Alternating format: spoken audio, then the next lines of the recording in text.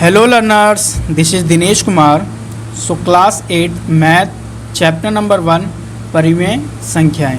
देखिए परिमेय संख्याएं चैप्टर पढ़ना है। देखिए बड़ा ही इम्पॉर्टेंट चैप्टर है और बड़ा ही प्यारा चैप्टर है। देखिए वीडियो थोड़ी लंबी होने वाली है, बट जिसको इसका कंसेप्ट समझना है तो इस वीडियो को आगे प्ले करें। बट जिसको सिर्फ आंसर से मतलब है तो आप लोग यूट्यूब चैनल पर जाके चैप्टर को सर्च करिए, बहुत सारी वीडियो आप लोगों के सामने आ जाएगी, वहाँ से आप लोग आंसर देख सकते हैं। बट अगर किसी को कंसेप्ट समझना है तो यहाँ पर आप लोग इस कंसेप्ट को बड़े अच्छी तरीके से समझाया गया है। सो देखिए कंसेप्ट इसका क्या है। सो देखिए परिमेय संख्या हमें स्टार्ट करना है, तो यहाँ से देखिए इसको हम लोग स्टार्ट करते हैं एक समीकरण से। तो x + 2 = 13। अब देखिए आप लोगों ने 7वीं क्लास में समीकरण के बारे में पढ़ा था। ओके, समीकरण क्या होता था, एक लेफ्ट हैंड साइड होती थी, दूसरी राइट हैंड साइड होती थी। तो यहाँ से देखिए लेफ्ट हैंड साइड और राइट हैंड साइड। अब यहाँ पर देखिए x मौजूद है, मतलब चर मौजूद है। तो यहाँ पर ये x की किस वैल्यू पे ये वाला समीकरण संतुष्ट हो जाएगा, x की किस वैल्यू पर ये वाला समीकरण संतुष्ट हो जाएगा। देखिए समीकरण नंबर 1 है ये।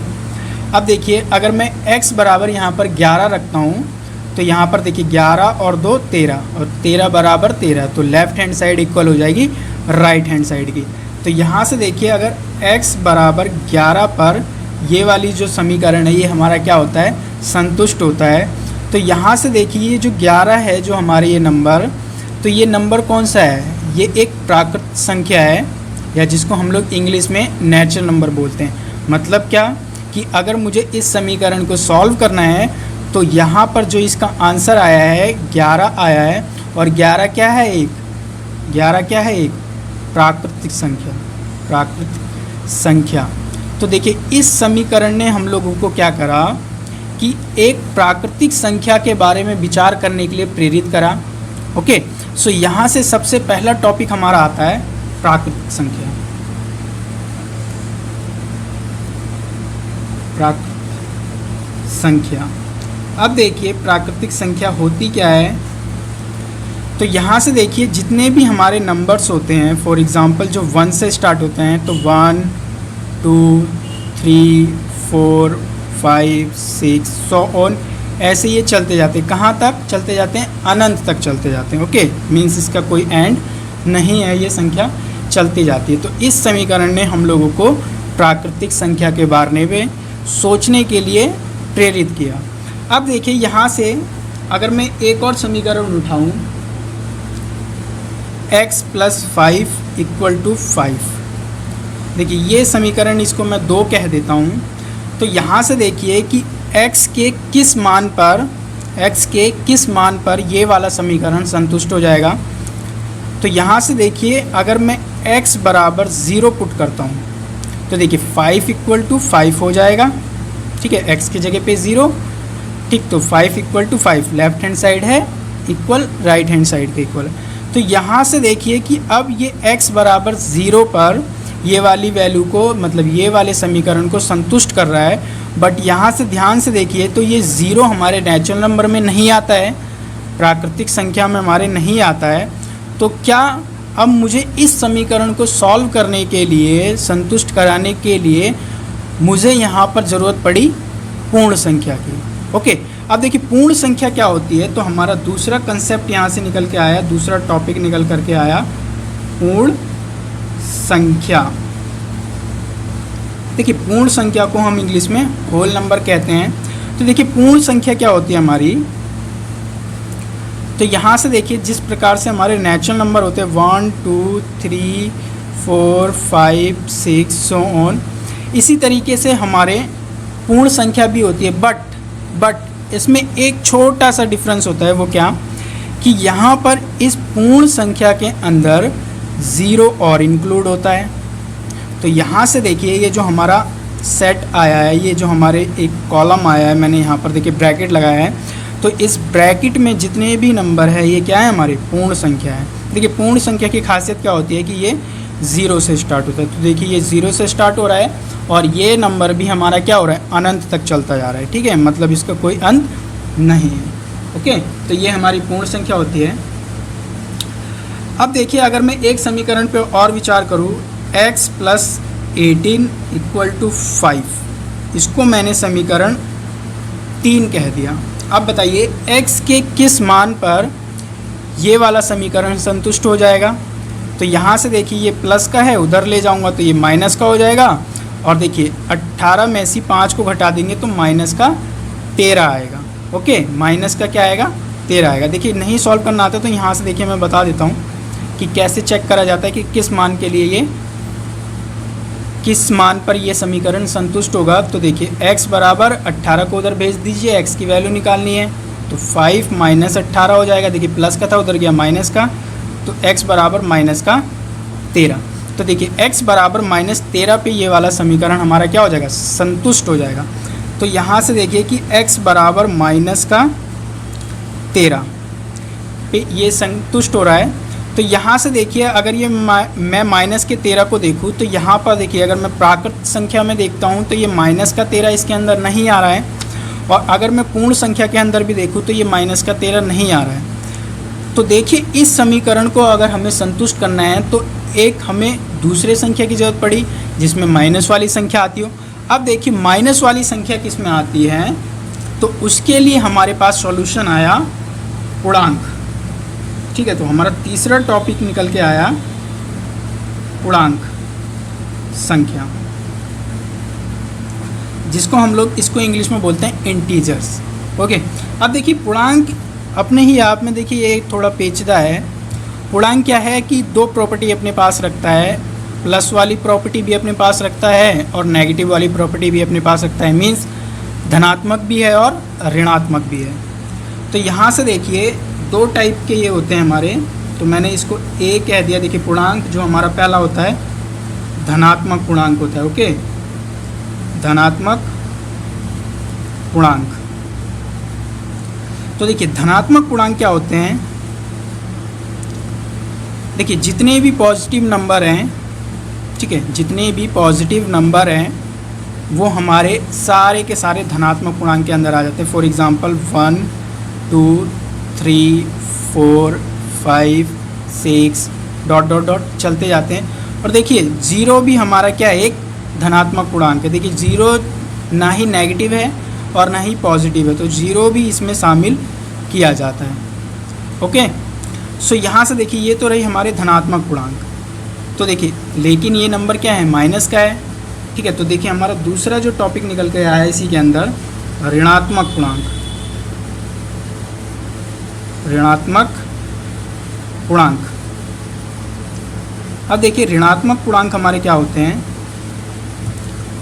देखिए ऋणात्मक पूर्णांक हमारे नेगेटिव वाले नंबर होते हैं। ठीक है, जैसे माइनस का 1, माइनस का 2, माइनस का 3, माइनस का 4, माइनस का 5 डॉट डॉट डॉट चलते जाते हैं। देखिए इन दोनों को अगर मैं एक साथ समझाना चाहूँ तो हम लोग क्या करेंगे कि एक संख्या रेखा खींचेंगे, या जिसको हम इंग्लिश में नंबर लाइंस कहते हैं। ठीक है, तो यहाँ से देखिए 0 होता है, ये 1 2 3 4 5, फिर इधर माइनस का 1, माइनस का 2, माइनस का 3 4 सो और ऐसे चलते जाते हैं। देखिए ये वाले जितने भी हमारे नंबर हैं ये सारे क्या हैं, प्लस वाले हैं।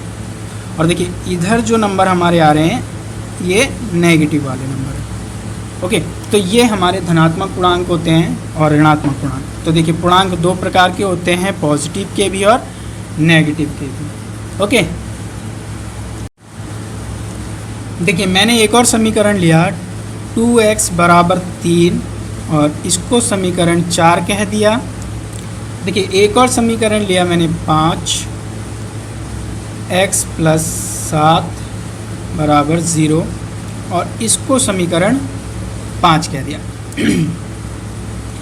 अब देखिए कि ये x की किस वैल्यू पर, मतलब x के कौन से मान पर ये समीकरण संतुष्ट हो जाएगा।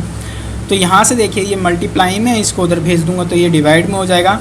मीन्स जो x का जो मान है यहाँ पर इस समीकरण का, x बराबर 3/2 पर ये वाला समीकरण क्या हो जाएगा, संतुष्ट हो जाएगा। ठीक है, देखिए नहीं आता है तो आप लोग इधर देखिए, देखिए 2x बराबर 3 अब देखिए x की वैल्यू निकालनी है तो इसको उधर भेज दीजिए, मल्टीप्लाई में है तो डिवाइड में हो जाएगा, तो x बराबर 3/2 पर ये वाला समीकरण संतुष्ट हो जाएगा। ओके, सो इसी तरीके से अगर मैं इसको देखूं, देखिए अभी आ रहा हूं मैं इस पर, अभी इसको बता रहा हूं क्या है ये।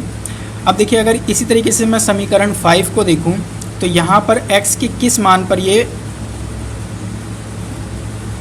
संतुष्ट होगा, तो यहाँ से देखिए कि मैं इसको उधर भेज दूंगा तो -7, और x निकालना है तो 5 को भी उधर भेज दीजिए, तो ये x बराबर -7/5। देखिए अब हमारे पास ये दो संख्याएँ आई इस समीकरण से। तो अभी तक हम लोगों ने जितने भी प्रकार के नंबर पढ़े हैं, संख्या पढ़ी है, हमने क्या पढ़ा, प्राकृतिक संख्या जो 1 2 3 4 5 सो ऑन, फिर पूर्ण संख्या जो 0 से स्टार्ट होती है और 0 1 2 3 ऐसे चलते जाए। फिर हम लोगों ने पूर्णांक पढ़े जो हमने देखा कि धनात्मक भी होते थे और ऋणात्मक भी होते थे पर हमने अभी तक कोई भी ऐसे प्रकार के नंबर नहीं पढ़े जिसमें बटे वाली संख्या आती हो। ठीक, अब देखिए बटे वाली संख्या आ रही है 3/2, मतलब एक भिन्न है, -7/5 भी एक क्या है, भिन्न है। तो इस प्रकार के नंबर अभी हम लोगों ने नहीं पढ़े। तो देखिए अब इन दो समीकरण को सॉल्व करने के लिए उन नंबरों से काम नहीं चल पाया, तो हमें ज़रूरत पड़ी किसकी, परिमेय संख्या की। ओके, जो हमारा चैप्टर का ही नाम है, जो इस चैप्टर का टाइटल है। तो देखिए अब यहाँ पर देखिए कि ये जो नंबर हैं ये एक परिमेय संख्याएं हैं, मतलब ये भी परिमेय संख्या है, ये भी परिमेय संख्या है। तो सर तो ये बताइए ना परिमेय संख्या क्या होती है, रुक जाइए बताएंगे। देखिए तो यहाँ से देखिए अब परिमेय संख्या क्या होती है, हमारा चैप्टर का जो टाइटल है वही आ गया। तो देखिए परिमेय संख्या, देखिए परिमेय संख्याएं। अब देखिए परिमेय संख्या क्या होती है हमारी, ध्यान से समझिएगा, जिसको हम लोग p/q की फॉर्म में लिख सकते हैं। और देखिए p और q क्या है अभी बताते हैं, जहाँ पर q जो है वो 0 के बराबर नहीं होना चाहिए। अब देखिए यहाँ पर एक बात ये आई सामने कि सर 0 के बराबर क्यों नहीं होना चाहिए। देखिए इसका आंसर है कि अगर मैं किसी भी संख्या को 0 से भाग करता हूँ तो उसका आंसर जो होता है वो अपरिभाषित हो जाता है, डिफाइन नहीं है, ठीक है, मतलब उसकी कोई वैल्यू नहीं मिलती है। तो 0 से अगर हम लोग किसी भी संख्या को डिवाइड करते हैं तो उसकी जो वैल्यू होती है वो अपरिभाषित हो जाती है, नॉट डिफाइन हो जाती है। तो इस वजह से यहाँ कहा गया है कि q जो है कुछ भी हो हमें उससे मतलब नहीं है, बट q आप लोग 0 के बराबर नहीं रखना है, ठीक है, बस इतना आप लोगों को याद रखना है। अब देखिए यहाँ पर ये जो p और जो q है वो क्या है हमारा, देखिए यहाँ पर ध्यान से समझिएगा, जो हमारा p और q है वो क्या है, एक पूर्णांक संख्या है, ठीक है, पूर्णांक संख्या। देखिए पूर्णांक क्यों बोला मैंने, नेचुरल नंबर क्यों नहीं बोला, प्राकृतिक संख्या क्यों नहीं बोला, पूर्ण संख्या क्यों नहीं बोला, पूर्णांक ही क्यों बोला। अब देखिए अगर मैं इसको अगर नेचुरल नंबर बोलता तो नेचुरल नंबर में देखिए क्या थे 1 2 3 4 5 6 7 8 ऐसे, ठीक। और देखिए अगर मैं इसको पूर्ण संख्या बोलता तो पूर्ण संख्या में क्या था 0 फिर 1 2 ऐसे चलता जाता। लेकिन यहाँ पर देखिए कि ये जो p/q है, मैं इसको देखूँ तो अगर ये देखूँ 3 तो चलिए मान लिया एक प्राकृतिक संख्या है, 2 भी एक प्राकृतिक संख्या है, बट अगर मैं यहाँ पर आऊँ तो यहाँ पर देखिए कि ये जो माइनस का साथ है ना तो प्राकृतिक संख्या है और ना ही पूर्ण संख्या है, तो ये कौन सी संख्या है, पूर्णांक है। तो इसलिए मैंने बोला यहाँ पर कि जो p और q है, p और q है वो क्या है, पूर्णांक है। और देखिए पूर्णांक ही क्यों बोला, क्योंकि जो हमारे पूर्णांक होते हैं कभी ऋणात्मक भी होते हैं कभी धनात्मक भी होते हैं। और यहाँ पर देखिए इसमें देखिए ये धनात्मक मिल रहा है बट यहाँ पर ये नंबर मुझे ऋणात्मक मिल रहा है, तो इस वजह से पूर्णांक यहाँ पर बोला गया, p और q पूर्णांक है, ठीक है। तो यहाँ से देखिए ये p और q हमारा पूर्णांक है। और परिमेय संख्या क्या होती है, जिसको p/q की फॉर्म में लिखा जा सकता है। p यहाँ पर कोई भी नंबर हो सकता है, ओके, q भी यहाँ पर कोई नंबर हो सकता है, बट 0 नहीं हो सकता है, ओके। सो यहाँ पर देखिए परिमेय संख्या ये होती है। अच्छा, इस पर हम थोड़ी देर और चर्चा करेंगे परिमेय संख्या के बारे में। अब देखिए कि अगर मैं प्राकृतिक संख्या को उठाऊं, प्राकृतिक संख्या को उठाऊं तो हमारी देखिए प्राकृतिक संख्या क्या थी, 1 2 3 4 5 डॉट डॉट डॉट ऐसे, ये हमारी प्राकृतिक संख्या थी। बट देखिए सर यहाँ पर तो हम लोगों को क्या पढ़ना है, परिमेय संख्या। अरे परिमेय संख्या को ही बता रहा हूँ, ध्यान से समझिएगा। अब देखिए यहाँ पर ये 1 है तो मैं 1 को क्या लिख सकता हूँ, 1/1 लिख सकता हूँ, क्योंकि अगर किसी के नीचे कुछ नहीं है तो 1 तो होगा, जाहिर सी बात है। देखिए 2 को क्या लिख सकता हूँ, 1/2/1, 3 को 3/1, 4 को 4/1, 5 को 5/1। तो यहाँ से ध्यान से देखिए, तो यहाँ से एक बात निकल कर के सामने आई क्या, कि जितनी भी हमारी जो प्राकृतिक संख्या होती है वो सारी की सारी क्या होती है, एक परिमेय संख्या होती है। अरे वाह क्या बात है, आप लोगों को प्राकृतिक संख्या के अंदर ही परिमेय संख्या मिल गई। तो देखिए यहाँ पर दोबारा समझिए, जितनी हमारी प्राकृतिक संख्या होती है, प्राकृतिक संख्या भी हमारी क्या होती है, सारी परिमेय संख्या होती है। देखिए कंफ्यूज मत होइएगा, क्योंकि देखिए अगर मैं इस नीचे वाले को 1 को हटा दूँ तो 1 2 3 4 5 6 ये हमारी क्या है, प्राकृतिक संख्या है।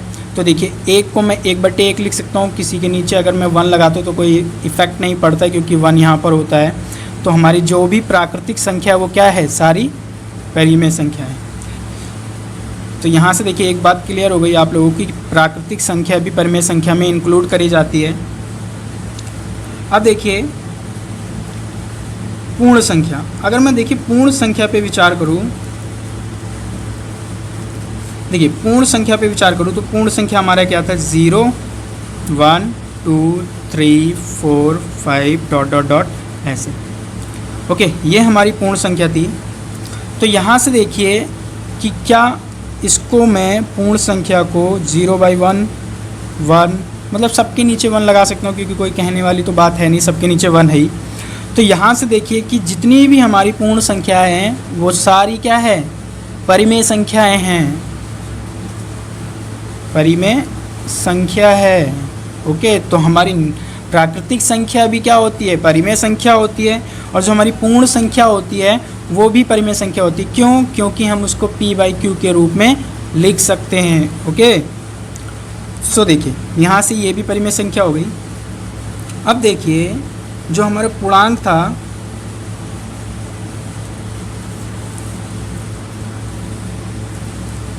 पूर्णांक संख्या,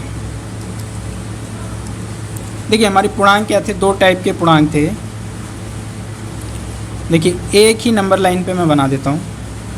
देखिए 0 इधर हमारे 1 2 3 4 ऐसे चलते जाएंगे, -1 -2 -3 -4। देखिए ये वाले हमारे क्या होते थे,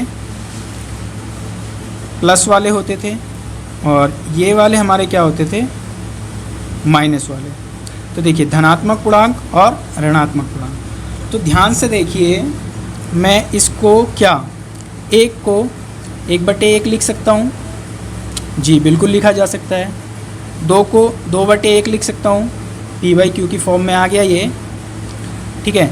तो 2 को 2/1, 3 को 3/1, 4 को 4/1, और देखिए -1 को -1/1, -2/1, -3/1, -4/1। तो यहाँ से देखिए इन सारे नंबर को, इन नंबरों को भी हम लोगों ने क्या करा कि इसको p/q की फॉर्म में लिख दिया। और देखिए p/q की फॉर्म में अगर मैंने इसको लिख दिया तो p/q हमारी क्या कहती है कि वो एक क्या है, परिमेय संख्या है। तो जितने भी हमारे पूर्णांक होते हैं वो भी क्या होती है, एक परिमेय संख्या होती है। देख लीजिए, समझ लीजिए ध्यान से। देखिए ये देखिए ये चैप्टर का कंसेप्ट है, ठीक है।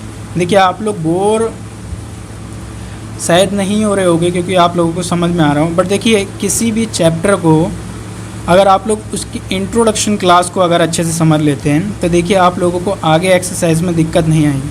बट देखिए अगर आप लोग इसको स्किप करोगे तो फिर आप लोगों के हाथ में है वो कि आप लोग कितने नंबर गेन करोगे या अपनी कितनी नॉलेज को गेन करोगे, ठीक है। तो इसलिए मैंने स्टार्टिंग में ही बोला था कि वीडियो थोड़ी हल्की सी लंबी होने वाली है। ओके, सो यहाँ से देखिए तो प्लस वाले और माइनस वाले भी परिमेय संख्या है। बट इस ज़ीरो का क्या करें हम, तो ज़ीरो को मैं क्या लिख सकता हूँ, 0/1 लिख सकता हूँ ज़ीरो को, क्योंकि हमारी कंडीशन क्या थी कि जो Q था वो ज़ीरो नहीं होना चाहिए था, बट P तो ज़ीरो हो सकता है। तो ये वाली देखिए, तो हमारी ये सारे के सारे जो हमारे पूर्णांक है वो क्या है, परिमेय संख्या है। तो देखिए आई होप ये कंसेप्ट आप लोगों को क्लियर हो गया हो कि हमारे जितनी भी प्राकृतिक संख्या होती है वो भी परिमेय संख्या होती है, जो हमारी पूर्णांक संख्या होती है वो भी परिमेय संख्या होती है, और जो हमारी पूर्ण संख्या होती है वो भी परिमेय संख्या होती है। मतलब तीनों प्रकार के नंबर जितने भी अभी तक हमने पढ़े हैं वो सारे के सारे परिमेय संख्या होती है। और इस चैप्टर का जो नाम है परिमेय संख्या, तो आप लोगों को आई होप ये समझ में आ गया होगा कि परिमेय संख्या क्या होती है। ओके, देखिए परिमेय संख्याओं के गुणधर्म संवृत्त। अब यहाँ पर देखिए परिमेय संख्याओं के हम लोगों को गुणधर्म पढ़ने हैं, और यहाँ पर ये इसकी एक प्रॉपर्टी है, और देखिए इसकी एक प्रॉपर्टी संवृत्त है। देखिए संवृत्त क्या होता है, देखिए अगर मैं संवृत्त की मीनिंग बताऊँ आप लोगों को, देखिए किसी भी वर्ड की अगर आप लोगों को मीनिंग पता चल जाती है तो आप लोगों के लिए वो वर्ड या वो क्वेश्चन, वो पॉइंट समझने में बहुत ज़्यादा ईजी। देखिए यहाँ पर एक शब्द आया संवृत्त, तो यहाँ पर आप लोगों को इसकी मीनिंग ही नहीं पता है तो आप लोग इसको समझोगे क्या। तो देखिए इसकी मीनिंग क्या होती है, फॉर एग्ज़ाम्पल अगर मैं प्राकृतिक संख्या लेता हूँ, प्राकृतिक संख्या लेता हूँ और उसमें प्राकृतिक संख्या ऐड करता हूँ, और अगर हमें ये प्राकृतिक संख्या दे देती है, मतलब मिल जाती है, तो उसी को हम लोग क्या बोलते हैं, संवृत्त। ठीक है, देखिए दोबारा समझिए कि अगर प्राकृतिक संख्या में हम लोग प्राकृतिक संख्या को ऐड करेंगे और जोड़ने पे अगर हमें एक प्राकृतिक संख्या मिल जाती है तो वो क्या कहलाती है, संवृत्त। इसलिए इसकी एक प्रॉपर्टी है, गुणधर्म है। देखिए यहाँ पर हम ये संवृत्त को चार चीज़ों पे चेक करेंगे, प्लस पे, माइनस पे, ठीक, मल्टीप्लाई में और डिवाइड में। ठीक है, इन चारों चीज़ों पे चेक करेंगे। अगर ये चारों पे मिल जाती है हम लोगों को तो हम लोग बोल देंगे कि ये संवृत्त है। ओके, तो यहाँ से आई होप ये संवृत्त की मीनिंग अगर आप लोगों को समझ में आ गई। देखिए दूसरे अगर एग्जांपल देना चाहूँ, मान लीजिए अगर मैंने एक पूर्ण संख्या से एक पूर्ण संख्या को घटाया, ठीक है, पूर्ण संख्या में ऐसी पूर्ण संख्या को घटाया और घटाने पे अगर मुझे पूर्ण संख्या मिल गई तो वो क्या होगी, एक संवृत्त होगी। ठीक है, किसके अंतर्गत, व्याकलन के अंतर्गत, या व्याकलन को हम लोग क्या बोलते हैं, घटा। तो घटा के अंतर्गत ये क्या होगी, संवृत्त होगी। तो जैसे यहाँ पर देखिए ये प्राकृतिक संख्या को जोड़ा, ठीक है, प्राकृतिक संख्या में प्राकृतिक संख्या को जोड़ा और हमें क्या मिल गया, एक प्राकृतिक संख्या मिल गया। तो देखिए ये योग के अंतर्गत, क्योंकि यहाँ पर हम प्लस कर रहे थे और यहाँ पर हम माइनस कर रहे हैं, तो योग के अंतर्गत प्राकृतिक संख्याओं का योग संवृत्त है। ओके, तो इसको ऐसे बोलेंगे हम। तो यहाँ से देखिए हमारे पास कुछ प्रॉपर्टी है, इसको समझना है आप लोगों को। तो यहाँ से देखिए मैं एक कॉलम बनाता हूँ आप लोगों के लिए। देखिए यहाँ पर मैंने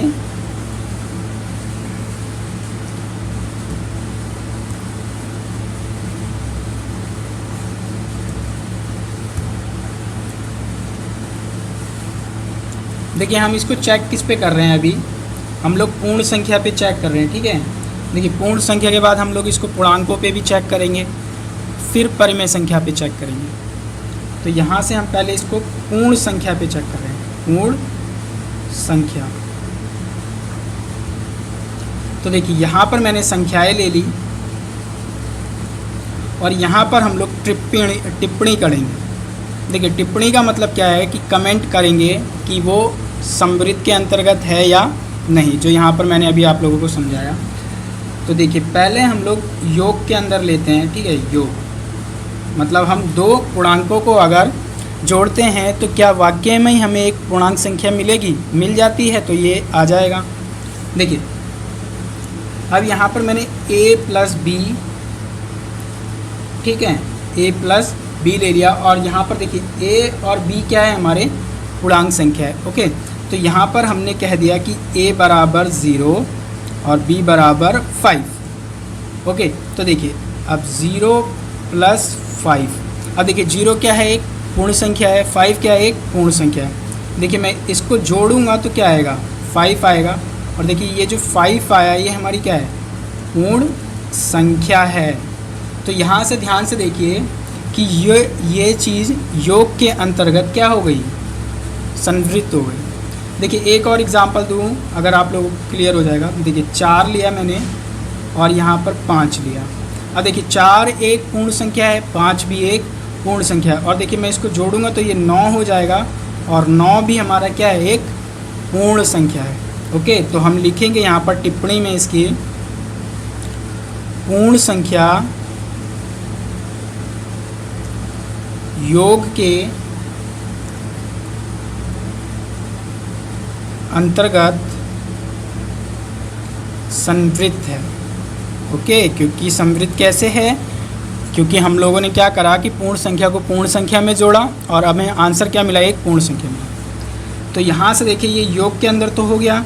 अब देखिए अगर मैं इसी को व्याकलन के अंदर करूँ, व्याकलन क्या होता है हमारा, इसी को हम लोग घटा बोलते हैं, ठीक है, घटाना। तो देखिए अब यहाँ पर मैंने चलो a बराबर 5 ले लिया, b बराबर 1 ले लिया। देखते हैं ये, तो देखिए 5 - 1 कितना आएगा, 4 आएगा। तो देखिए एक पूर्ण संख्या को मैंने पूर्ण संख्या में से घटाया, तो 5 में से 1 घटाया, एक पूर्ण संख्या मिल गई हमें, ठीक है। क्या मिल गई, पूर्ण संख्या मिल गई। तो यहाँ पर देखिए अगर मैं यहाँ पर 1 - 5 करता हूँ, देखिए 1 भी तो पूर्ण संख्या है और 5 भी तो पूर्ण संख्या है, और माइनस करने पे देखिए क्या मिलेगा, -4 मिलेगा। तो यहाँ पर देखिए ये 4 जो है ये पूर्ण संख्या नहीं है, ये क्या है, एक पूर्णांक है। तो यहाँ पर देखिए ये नहीं फॉलो हो पा रहा है, ये रूल नहीं लग पा रहा है। तो हम लोग इसको लिखेंगे पूर्ण संख्या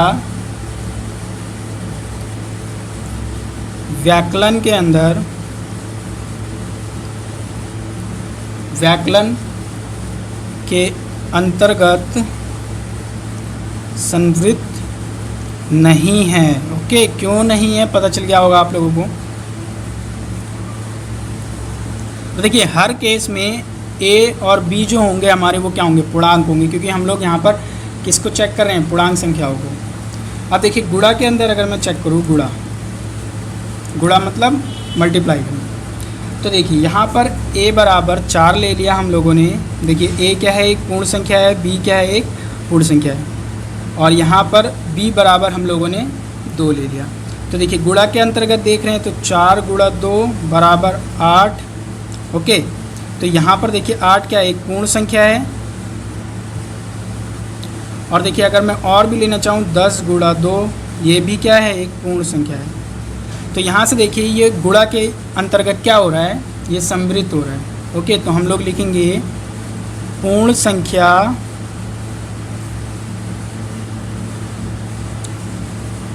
गुणा के अंतर्गत संवृत्त है। अब देखिए एक और भाग बचा हुआ है हम लोगों का भाग के अंदर, ठीक है, जिसको हम लोग विभाजन भी कहते हैं। तो यहाँ से देखिए भाग, अब देखिए लेट a बराबर 5 ले लिया, b बराबर हम लोगों ने 8 ले लिया, ठीक है। तो यहाँ से देखिए 5 / 8 ये क्या आएगा, 5 / 8 क्या आएगा, 5/8।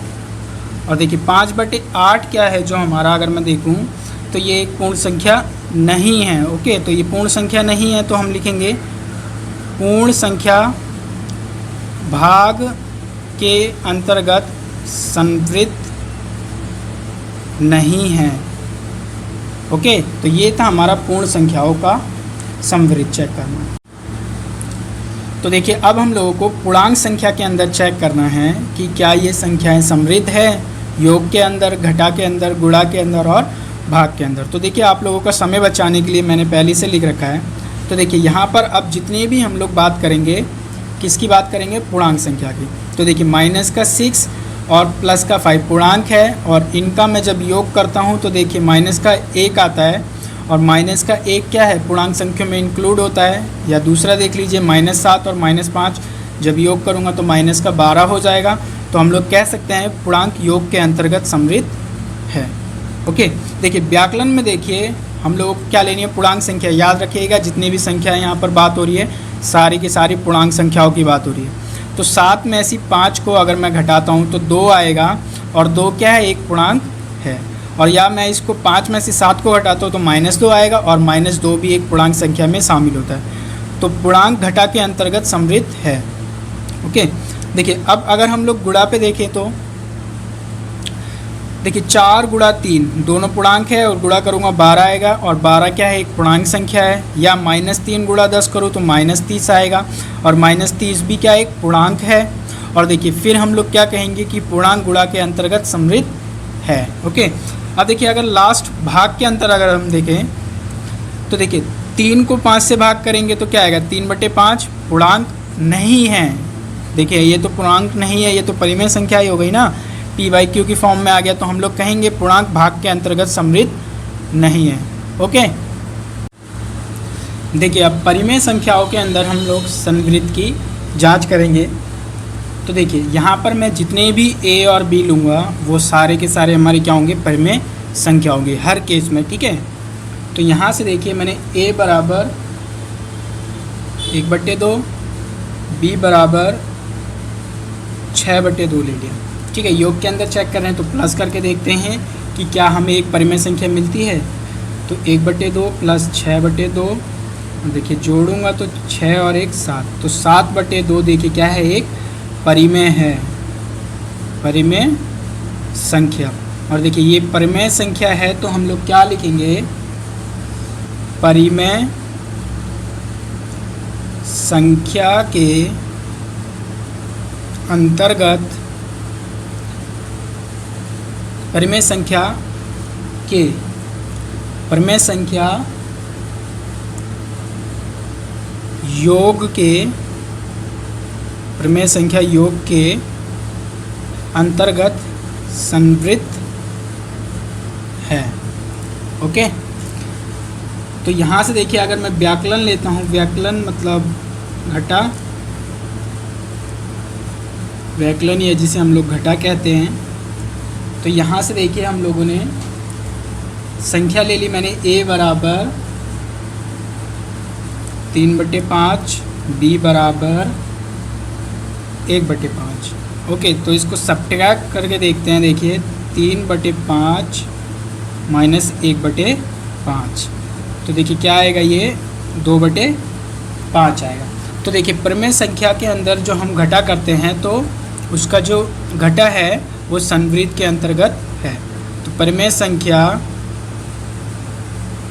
घटा के अंतर्गत सम्मिलित है।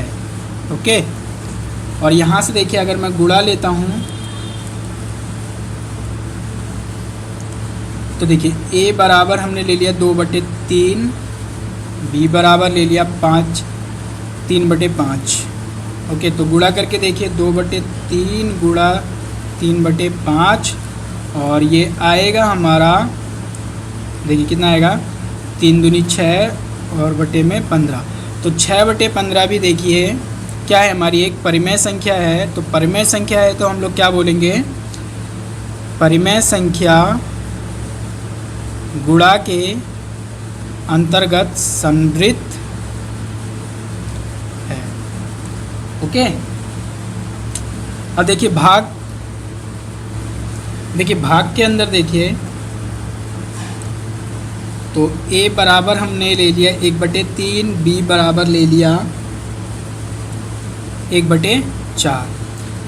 तो देखिए अब भाग करना है, मीन्स 1/3 को भाग करना है 1/4 से। तो देखिए भाग कैसे करते हैं हम लोग, ये 1/3 और देखिए इसको मैं मल्टीप्लाई का कर दूंगा।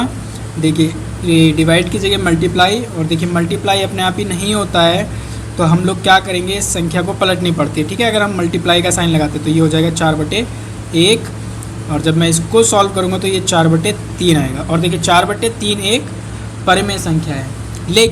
लेकिन यहाँ पर देखिए ध्यान से सुनिएगा एक चीज़। अब यहाँ पर मैंने एक और एग्ज़ाम्पल देता हूँ आप लोगों को। ये देखिए क्या कि मैंने यहाँ पर चलिए a बराबर इस बार 5/3 ले लिया और b बराबर 0/2 ले लिया। देखिए अब बोलेंगे बच्चे सर यहाँ पर ये तो परिमेय संख्या है नहीं। अरे परिमेय संख्या है। परिमेय संख्या की डेफिनेशन क्या थी, जिसको हम लोग p/q की फॉर्म में लिख सकते थे, बट q 0 नहीं होना चाहिए था, p कुछ भी हो। तो यहाँ पर देखिए ना p 0 नहीं, p 0 है बट q तो 0 नहीं है, तो यहाँ पर ये भी एक परिमेय संख्या है। तो देखिए अब इसको मैं भाग करूँ तो 5/3, देखिए 5/3 डिवाइड 0/2। अब देखिए डिवाइड करने के लिए मैं क्या करूँगा कि 5/3 और गुणा का साइन लगाऊंगा तो संख्या क्या हो जाएगी, पलट जाएगी, तो ये 2/0 हो जाएगा। अब देखिए 2/0 हो जाएगा तो इसका मतलब क्या है कि ये देखिए 5 दूनी 10 और ये 0 हो गया ना 3 से गुणा होके। तो यहाँ से देखिए ये वाली जो चीज़ है ये परिमेय संख्या नहीं है, क्योंकि ये q 0 के बराबर आ गया हमारा, और q 0 के बराबर आएगा तो वो परिमेय संख्या नहीं होगी। तो यहाँ हम लिखेंगे परिमेय संख्या भाग के अंतर्गत संवृत्त नहीं है। ओके, सिर्फ भाग के अंदर नहीं है, बाकी सबके अंदर संवृत्त है। देखिए क्रम विनिमयता। अब देखिए क्रम विनिमयता एक हमारी प्रॉपर्टी है। ये क्या होती है, लेट अगर हमारे पास दो प्रकार के नंबर है, मान लिया a प्लस b, और मैं इसको अगर b प्लस a करूँ, मतलब उसका क्रम चेंज करके उसको मैं क्या करूँ, ऐड करूँ, तो उसके आंसर पर कोई फ़र्क नहीं पड़ता है। इसी को हम लोग क्या बोलते हैं, क्रम विनिमयता। अब देखिए मैंने यहाँ पर a प्लस b करा था और यहाँ पर b प्लस है, तो यहाँ से देखिए कि जो इसका आंसर आएगा, आंसर पर कोई इफेक्ट नहीं पड़ेगा। ठीक है, तो देखिए एक बार दोबारा सुन लीजिए। अगर यहाँ पर a और b कोई संख्याएं हैं, अगर मैं उसको a plus b, for example चलिए मैं यहाँ पर a बराबर 2 और b बराबर 6 ले लेता हूँ, तो देखिए जोड़ने पे क्या आएगा 8, या इसी को अगर मैं 6 प्लस 2 करूँ तो भी क्या आएगा 8। मतलब उनकी जगह को चेंज करके, मतलब उनके क्रम को मैंने चेंज करके योग करा, तो देखिए यही हमारा क्या होता है, क्रम विनिमयता नियम। ओके, मीन्स उसके ऑर्डर को चेंज कर दीजिए, उसके प्लेस को चेंज कर दीजिए, जगह को चेंज कर दीजिए, तो उसी को बोला जाता है क्रम विनिमयता। तो देखिए ये एक प्रॉपर्टी है। तो इसी को अब हम लोग चेक करेंगे पूर्ण संख्याओं के ऊपर। ठीक है, जितने भी अब हम लोग यहाँ पर a और b लेंगे वो सारी की सारी क्या होंगी, पूर्ण संख्या है। तो देखिए a प्लस बी बराबर b प्लस ए, देखिए समय बचाने के लिए पहले लिखा गया है ये आप लोगों का। देखिए a plus b equal to b plus a हो, और यहाँ पर a क्या है हमारा 2 और b क्या है 5। तो देखिए अगर मैं 2 प्लस 5 करता हूँ, मतलब a प्लस बी करता हूँ तो 7 आ रहा है, या 5 प्लस 2 करता हूँ मतलब b प्लस ए करता हूँ तो भी क्या आ रहा है, 7 आ रहा है। तो यहाँ से देखिए दोनों ही केस में हमारा आंसर एक ही आ रहा है। ठीक है, और देखिए हर केस में a b जो होंगे इस बार पूर्णांक होंगे, क्योंकि हम लोग किस पे चेक कर रहे हैं, सॉरी पूर्ण संख्या होंगी, क्योंकि हम लोग पूर्ण संख्याओं पे चेक कर रहे हैं। तो लिखेंगे हम योग क्रम विनिमय है, मतलब जब हम लोग इसका योग करते हैं कि तो इसकी एक प्रॉपर्टी जो है योग, इसका क्या है, क्रम विनिमय है। ओके, सो देखिए अगर हम लोग व्याकलन करते हैं यही, तो देखिए a माइनस बी और b माइनस ए, मतलब ये बराबर होना चाहिए तभी हमारे ये नियम जांच होगा। तो चलिए चेक करते हैं। तो a बराबर 5 और b बराबर 3 लिया, तो 5 में से 3 घटाया 2, और देखिए जब मैंने b माइनस ए करा तो क्या आया, माइनस का 2। तो यहाँ से देखिए a minus b is not equal to b minus a, तो व्याकलन क्रम विनिमय नहीं है। देखिए गुणा में चेक करते हैं इसको, a into b equal b into a, तो a बराबर 2 ले लिया, b बराबर 5 ले लिया, तो 2 गुणा 5 10, और यहाँ पर देखिए b इंटू ए 5 गुणा 2 10, तो गुणन क्रम विनिमय है। देखिए भाग के अंदर चेक करते हैं इसको हम, तो यहाँ पर a बराबर 7 और b बराबर 8 ले लिया, तो देखिए 7 को 8 से भाग करेंगे तो क्या आएगा 7/8, और इसी का अगर मैं ऑर्डर चेंज करूँ तो 8/7 हो जाएगा। और देखिए जो कि बराबर नहीं है, और बराबर नहीं है तो हम लोग कह सकते हैं a divide by B is not equal to b divide by a। तो भाग क्रम भिन्न में नहीं है। ओके, देखिए अब हम लोग क्रम विनिमयता पूर्णांक संख्याओं पे चेक करेंगे। तो यहाँ पर जितने भी a और b लिए जाएंगे वो क्या होंगे, सारे के सारे हमारे पूर्णांक संख्या होंगे। ठीक है, पूर्णांक जानते हो ना आप लोग, प्लस में भी होते हैं और माइनस में भी होते हैं। तो यहाँ से देखिए योग के अंतर्गत चेक करते हैं, मतलब योग पे चेक करते हैं। तो a और b पूर्णांक है सभी के लिए। ठीक है, तो a बराबर 2 और b बराबर 3। तो देखिए 2 + 3 = 5, और इसी को मैं 3 + 2 भी करता हूँ तो भी 5 आएगा। तो यहाँ पर देखिए ये सत्य है, a + b इक्वल है b + a के। तो योग क्रम भिन्न में है, किसके लिए, पूर्णांक संख्याओं के लिए। व्याकलन देखते हैं। तो a बराबर 5, b बराबर 2। तो यहाँ पर देखिए घटाते हैं हम a माइनस b मतलब 5 - 2 कितना आएगा, 3, और b - a मतलब 2 - 5 कितना आएगा, -3। तो यहाँ पर देखिए हम लोग साफ देख पा रहे हैं कि एक 3 आ रहा है और एक -3 आ रहा है। तो a - b is not equal to b - a। तो हम लोग क्या कहेंगे, व्याकलन क्रम भिन्न में नहीं है। देखिए अब इसी को हम गुणा पे चेक करते हैं। a बराबर 3, b बराबर 5। तो देखिए 3 × 5 क्या होगा, 15, और 5 × 3 क्या होगा, 15। तो a × b इक्वल है b × a के। तो ये हमारा क्या है, गुणन क्रम भिन्न में है। ओके, देखिए इसी को हम लोग भाग पे चेक करते हैं। तो देखिए a बराबर 3, b बराबर 5। तो यहाँ से हम लोग करेंगे 3 डिवाइड बाई 5, तो 3/5 हो जाएगा, और इसका उल्टा करेंगे 5/3। तो देखिए दोनों इक्वल नहीं है। ठीक है, ये कुछ और आएगा, ये कुछ और आएगा। तो हम लोग कह सकते हैं a divide by b is not equal to b divide by a। तो हम लोग कहेंगे भाग क्रम भिन्न में नहीं है। ओके, देखिए क्रम भिन्नता अब परिमेय संख्याओं पे चेक करते हैं। तो यहाँ पर हमारा a और b हर केस में क्या होंगी, परिमेय संख्याएं होंगी। ठीक है, तो इसको याद रखिएगा, परिमेय संख्याएं रहेंगी। तो चलिए योग के अंतर्गत चेक करते हैं। तो a बराबर मैंने कह दिया 1/2, b बराबर 5/2। तो चलिए चेक करते हैं इसको।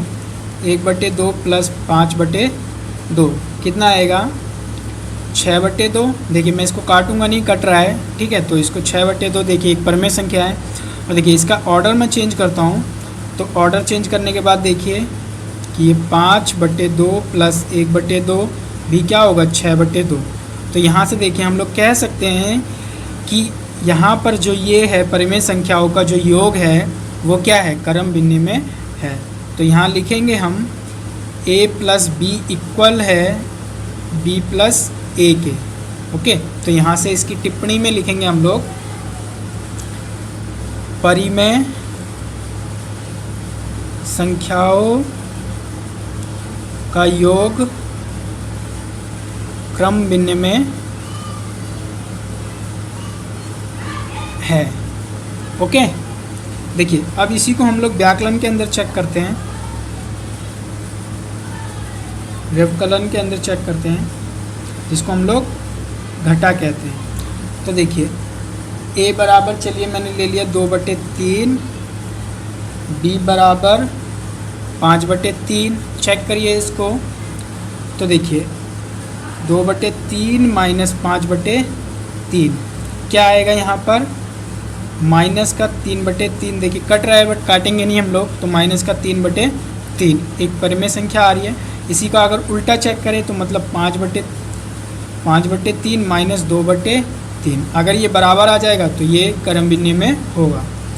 तो यहाँ से देखिए 5 में से 2 गए 3 और नीचे 3। ठीक, तो 3/3 देखिए नहीं हो रहा, ये माइनस का है, ये प्लस का है। तो लिखेंगे परिमेय संख्याओं का व्यवकलन क्रम भिन्न में नहीं है। ओके, क्यों नहीं है आप लोगों को पता चल गया है। तो यहाँ पर अगर कारण में लिखना चाहोगे तो लिख दीजिए a - b is not equal to b - a के। देखिए तीसरा देखिए गुणा। तो गुणा के लिए हम लोग ले लेते हैं दो परिमेय संख्याएं, a बराबर 1/2, b बराबर 3/2। चेक करिए तो 1/2 गुणा 3/2 ये बराबर हो जाएगा हमारा 3/4 के। और इसका उल्टा चेक करिए, 3/2 इंटू 1/2 बराबर हो जाएगा ये 3/4 के। तो देखिए यहाँ पर हमारा a इंटू बी इक्वल है b इंटू ए के। तो हम लोग बोलेंगे परिमेय संख्याओं का गुणन क्रम विनिमय है। अब देखिए इसका डिवीज़न चेक करते हैं, भाग। तो देखिए भाग, चलिए तो a बराबर हम ले लेते हैं 5/4 और b बराबर हम लोग ले लेते हैं 3/4। तो यहाँ से चेक करिए 5/4 डिवाइड बाई 3/4। तो देखिए इसको सॉल्व करूँगा तो ये 5/4 ऐसी, और देखिए मल्टीप्लाई का साइन, ओके, तो मल्टीप्लाई का साइन लगाते तो संख्या पलट जाती है। तो ये 3/4 थी, 4/3 हो जाएगी। 4 से 4 कट गया, क्या बचा 5/3। अब इसी का उल्टा चेक करिए, 3/4 डिवाइड बाई 5/4। तो देखिए 3/4 मल्टीप्लाई का साइन, तो संख्या क्या हो जाएगी, पलट जाएगी। ओके, तो देखिए 4 से 4 कट गया, क्या बचा 3/5। तो देखिए ये दोनों बराबर नहीं है। तो हम लिखेंगे परिमेय संख्याओं का भाग क्रम विनिमय नहीं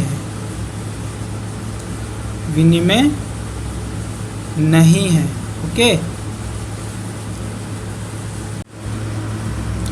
देखिए अगला जो गुणधर्म है हमारा साहचर्यता या सहचरिता भी हम लोग इसको कहते हैं। देखिए ये क्या होता है, इस नियम में क्या होता है, फॉर एग्ज़ाम्पल मान लीजिए कि आपके पास कोई 3 नंबर है, मैंने मान लिया 2, 3 और ये 5। ओके, ये मेरे पास नंबर हैं। तो इनको मुझे योग करना है, मतलब जोड़ना है। तो 2 + 3 + 5।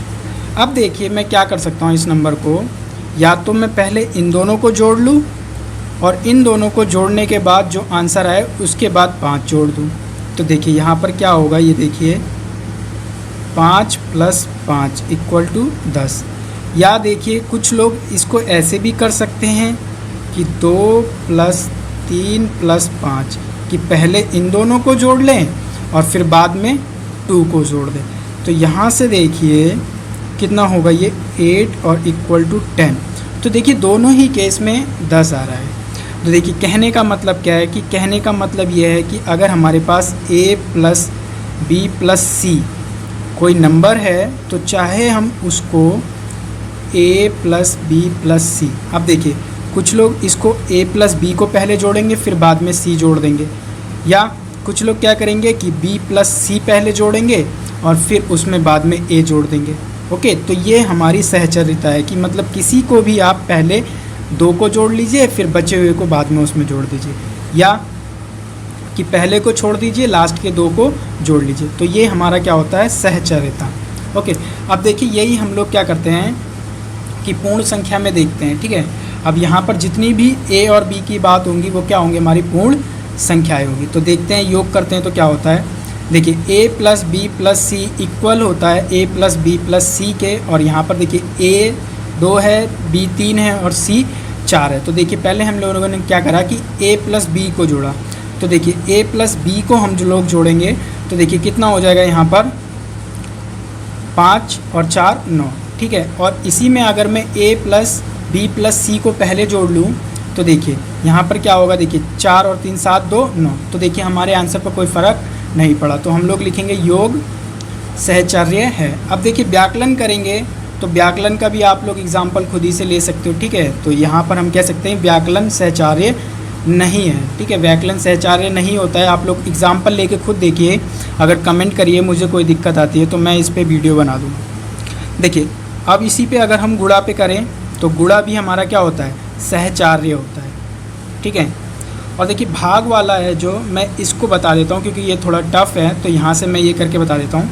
देखिए a / b divide by C. Not equal होता है मतलब सहचर्य नहीं होता है, ये पहले मैंने लिख दिया है। और देखिए यहाँ पर अगर मैं इसको करूँ कि पहले मैं इन दोनों को भाग करता हूँ, ठीक है, 4 और 2 को, तो देखिए 2 आएगा, फिर 2 को 2 से भाग करता हूँ तो कितना आएगा, 1 आएगा।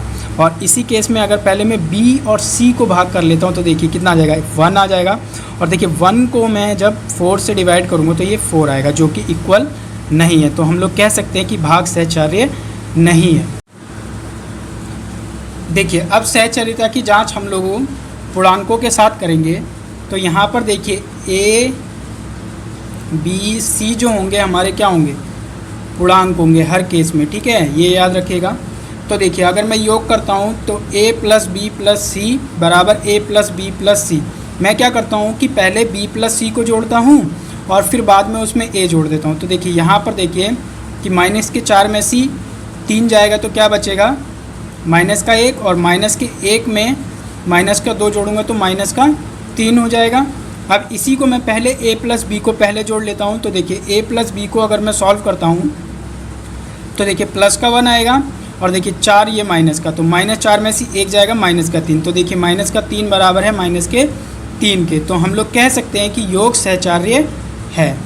अब देखिए व्याकरण का एग्जाम्पल आप लोगों को खुद ही लेना है, वीडियो थोड़ी लेंथी हो रही है, ठीक है, बाकी करना है ऐसी सेम उदाहरण लीजिए, चेक करिए, उदाहरण लीजिए, चेक करिए। अब देखिए व्याकरण जो होता है हमारा सहचर्य नहीं होता है।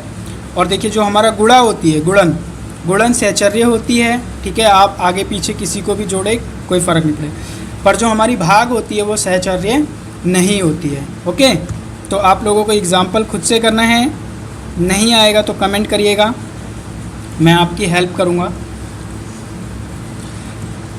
अब देखिए सहचर्यता की जांच हम लोग परिमेय संख्याओं के साथ करते हैं। क्या परिमेय संख्याओं के साथ भी ऐसा होता है? तो a b c जो होंगे हमारी सारी परिमेय संख्याएं होंगी, ये आपको मान के चलना है। तो a 1/2, b 3/2, c 5/2। तो यहाँ पर मैं a प्लस बी को पहले जोड़ता हूँ और c उसमें बाद में जोड़ूंगा। तो देखिए a प्लस बी को जोड़ूंगा तो कितना हो जाएगा, 4/2, और फिर उसमें 5/2 जोड़ूंगा तो ये 9/2 हो जाएगा। ओके, तो यहाँ पर 9/2 आ रहा है। अब इसी को अगर मैं पहले b प्लस सी को जोड़ूँ तो क्या 9/2 आएगा, तो बराबर हो जाएगा, नहीं तो नहीं होगा।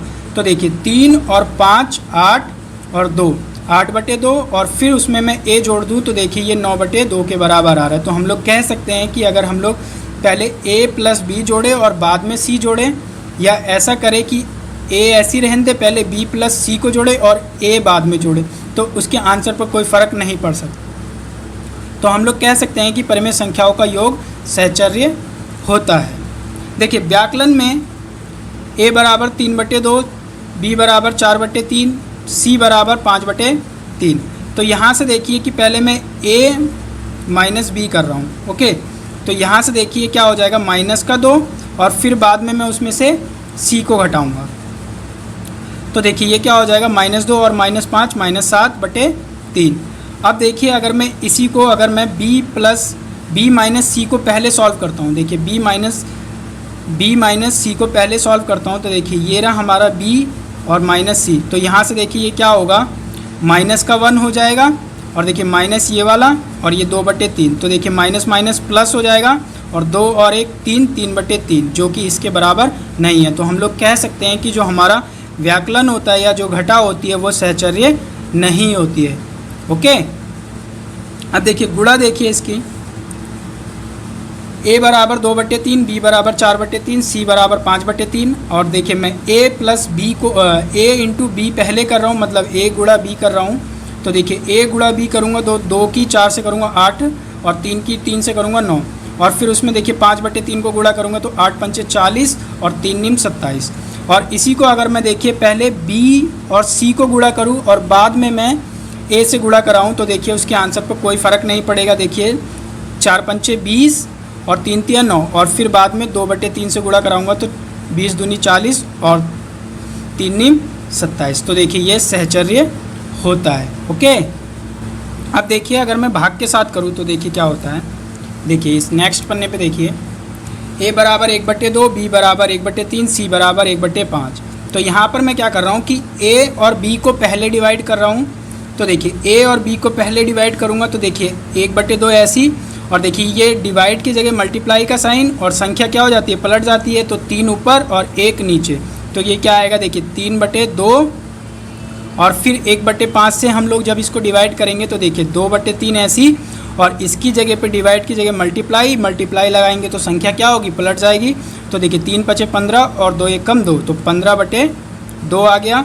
अब देखिए इसी को मैं क्या करता हूँ, अगर पहले मैं b/c कर देता हूँ तो देखिए a को ऐसी रहने दीजिए और यहाँ पर देखिए इसको डिवाइड करिए, तो देखिए ये 3 ऐसी और डिवाइड की जगह पे मल्टीप्लाई, तो संख्या क्या हो जाएगी, पलट जाएगी। और देखिए 5 × 5, देखिए 5 × 5 और 3 × 3, और देखिए ये वाला डिवाइड ऐसी पड़ा हुआ है। तो जब मैं इसको अब आगे डिवाइड करूँगा तो 1/2 ऐसी, और देखिए डिवाइड की जगह मल्टीप्लाई का साइन, और संख्या क्या हो जाएगी हमारी, पलट जाएगी, तो 3/5 हो जाएगी। और देखिए जब मैं इसको सॉल्व करूँगा तो 3 × 3 2 × 5 = 10, तो 3/10। तो यहाँ से देखिए हम देख पा रहे हैं कि ये वाली चीज़ और ये वाली चीज़ बराबर नहीं है, तो हम लोग कहेंगे कि परिमेय संख्याओं का भाग सहचर्य नहीं होता है। ओके,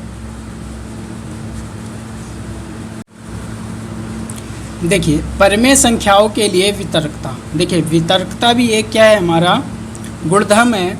तो देखिए इसको समझाने के लिए मैं क्या करता हूँ कि आपके सामने एक उदाहरण देता हूँ, 2 × x + 9। ओके, तो देखिए इसका मतलब क्या है कि 2 इससे मल्टीप्लाई हो रहा है, फिर 2 इससे भी मल्टीप्लाई हो रहा है। तो देखिए 2 की इससे मल्टीप्लाई कराऊंगा 2x, 2 की 9 से मल्टीप्लाई कराऊंगा तो ये 18।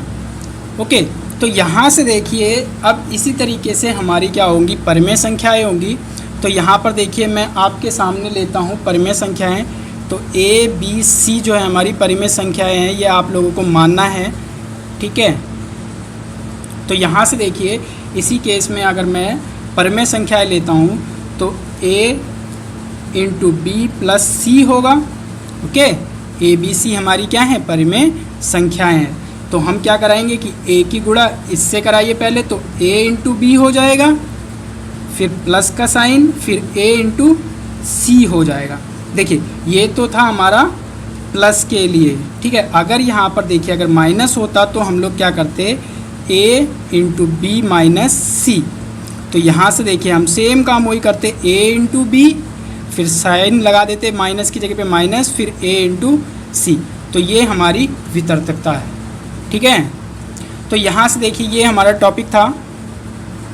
देखिए नेक्स्ट टॉपिक है हमारा योज्य प्रतिलोम। देखिए योज्य प्रतिलोम क्या होता है, देखिए मैं इसको समझाता हूँ। मैंने मान लिया जाए एक संख्या ले ली 9/5, तो देखिए अगर मैं इसका योज्य प्रतिलोम करता हूँ, देखिए योज्य प्रतिलोम,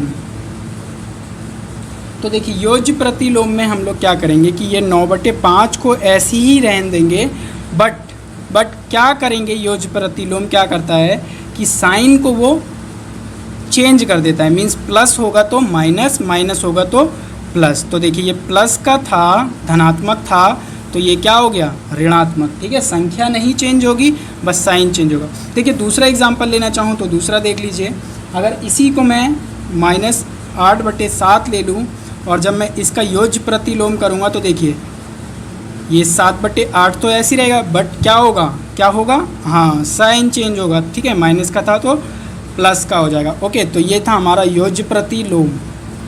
देखिए नेक्स्ट टॉपिक है हमारा गुणात्मक प्रतिलोम, या इसको आप लोगों ने व्युत्क्रम के नाम से भी सुना होगा, और देखिए इसको इंग्लिश में बोलते हैं रेसिप्रोकल, ठीक है। तो देखिए ये क्या होता है, इसमें क्या करी जाती है। फॉर एग्जांपल मान लीजिए मेरे पास ये संख्या है, मैं सेम उदाहरण ले लेता हूँ जो ऊपर लिया था अभी मैंने, तो ये 9/5, ठीक है। अगर मैं इसका गुणात्मक प्रतिलोम या व्युत्क्रम करता हूँ तो देखिए क्या होगा। अगर मैं इसका गुणात्मक प्रतिलोम करता हूँ तो प्रतिलोम, देखिए क्या होगा कि ये संख्या को पलट देगा, मतलब हर को अंश और अंश को हर। तो यहाँ से देखिए 5 नीचे था तो ऊपर आ जाएगा, और 9 ऊपर था तो ये नीचे चला जाएगा। ओके, अब देखिए इसी का अगर मैं एक और उदाहरण देना चाहूँ तो आप लोग दूसरा भी दे सकते हो। फॉर एग्जांपल मान लीजिए माइनस का 8/7 था, तो अगर मैं इसका गुणात्मक प्रतिलोम करूँ तो देखिए साइन तो वैसे ही रहेगा, साइन नहीं चेंज करना है, इसमें साइन ऊपर वाले में चेंज करना था। ओके, इसमें साइन नहीं चेंज होगा, संख्याएँ चेंज होंगी। तो देखिए 7 नीचे था तो ये ऊपर आ गया, और 8 ऊपर था तो ये नीचे चला गया। तो यहाँ से देखिए ये था हमारा पूरा कंसेप्ट। तो अगर आप लोगों को ये कंसेप्ट समझ में आया है तो कमेंट में हैशटैग फ्रॉम LLC लिखना ना भूले। ओके।